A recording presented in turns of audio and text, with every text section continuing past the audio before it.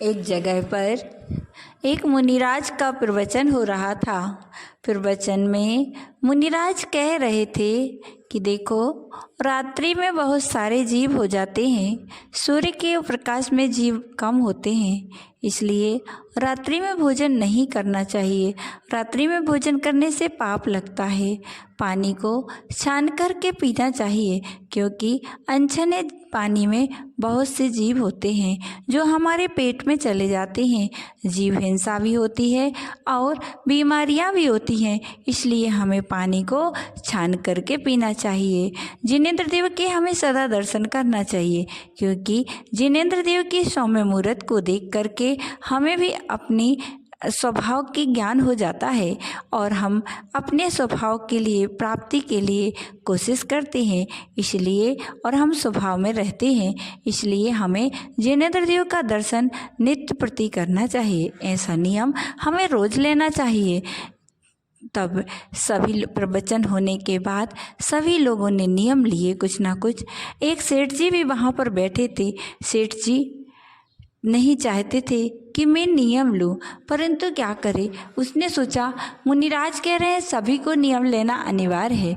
वह गया मुनिराज के पास और बोला, मुनिराज, मैं तो नियम नहीं ले सकता हूँ, ना मैं रात्रि भोजन का त्याग कर सकता हूँ, ना मैं पानी छान करके पी सकता हूँ, ना मैं जिनेंद्र देव के दर्शन। आप कहें तो दर्शन का नियम, परंतु जिनेंद्र देव के दर्शन का नहीं। मुनिराज कुछ सोचे, बोले किसके दर्शन का नियम लेना चाहते हैं आप, कहिए। तब उसने विचार करके कहा, अगर आप कहें तो हमारे घर के पास में ही एक कुम्हार का घर है, उसके पास एक भैंसा रहता है जो वह मिट्टी लाने के काम में लेता है। उस भैंसा के सिर पर एक चांद है, उस चांद के दर्शन करके अगर आप कहें तो मैं दर्शन कर लिया करूँगा। उसने कहा ठीक है, यही नियम ले लीजिए आप। और सेठ जी ने नियम ले लिया कि मैं 1 साल तक कुम्हार के भैंसा के सिर पर जो चाँद वाइट वाइट निशान है उसको देख करके रोज भोजन किया करूँगा। अब वह रोज, क्योंकि वह उसके घर के पास में ही था और उसे दिख जाता था, उसका नियम पल रहा था। एक दिन सेठ जी को बाहर जाना था। सेठ जी ने सोचा कि जल्दी से मैं नहा धो करके और उस भैंसा के दर्शन कर लूँ, उसके बाद में मैं चला जाऊँगा। और जैसे ही वह भैंसा के दर्शन करने गया तो भैंसा वहाँ पर नहीं था जहाँ बंधा रहता था। उसने कुम्हारन से पूछा, क्यों कुम्हारन जी, यहाँ पर भैंसा बंधा रहता था, वह कहाँ गया है? तब कुम्हारन बोली कि आज कुम्हार उसे मिट्टी लाने खदान गया है। उसने कहा ठीक है। सोचा लेट हो जाऊंगा, कब आएगा, कब मैं दर्शन करूंगा, इसलिए मैं खदान पर ही चला जाता हूँ। वह खदान के लिए गया, दूर से ही देखा भैंसा वहाँ था। उसने देखा और वह लौटने लगा। कुम्हार ने देखा कि अरे सेठ जी लौट के जा रहे हैं। उसने कहा सेठ जी वापस आ जाओ। उसने कहा मैंने देख लिया है। बोला सेठ जी सुनो तो सही, आ तो जाओ वापस। बोला नहीं। बोले देखो आप सुनो आधा, बोले घर पर मिलना। और वह चला गया।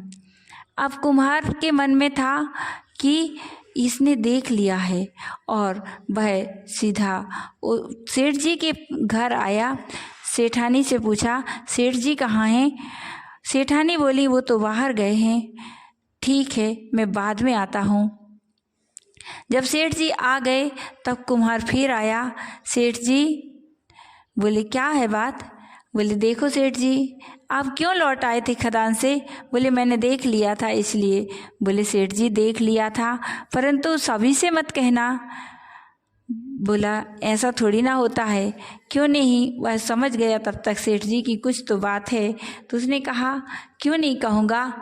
बोले देखो आप थोड़ा सा ले लेना, मिला तो मुझे ही है ना, खोदा तो मैंने ही है ना।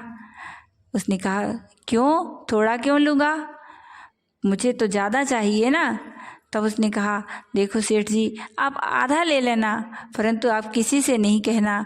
मतलब उसने कहा, वह बोला, सेठ जी ऐसे कैसे? तो वह बोला, प्लीज़ सेठ जी, कृपया सेठ जी, आप एक काम करो, लो, वह लेकर के भी आया था, लीजिए, उसमें से आधा आप ले लीजिए। जब सेठ जी ने देखा धन है, वो सेठ जी समझ गए कि इसे उसी समय धन मिला था जिस समय मैं वहाँ पर गया था, और उसने आधा धन ले लिया। कुम्हार अपने घर चला गया। सेठ जी विचार करता है कि ओहो, क्या बात है, मैंने कुम्हार के भैंसा के चांद की दर्शन करने का नियम लिया तो मुझे इतना सारा धन की प्राप्ति हुई, और अगर मैं मुनिराज ने कहा था, मुनिराज के कहे अनुसार जिनेंद्र देव के दर्शन का नियम ले लेता तो मुझे भव में सम्राट पद भी मिलती, इस संसार से मुक्ति रूपी 3 लोक की राज संपदा की प्राप्ति होती मुझे।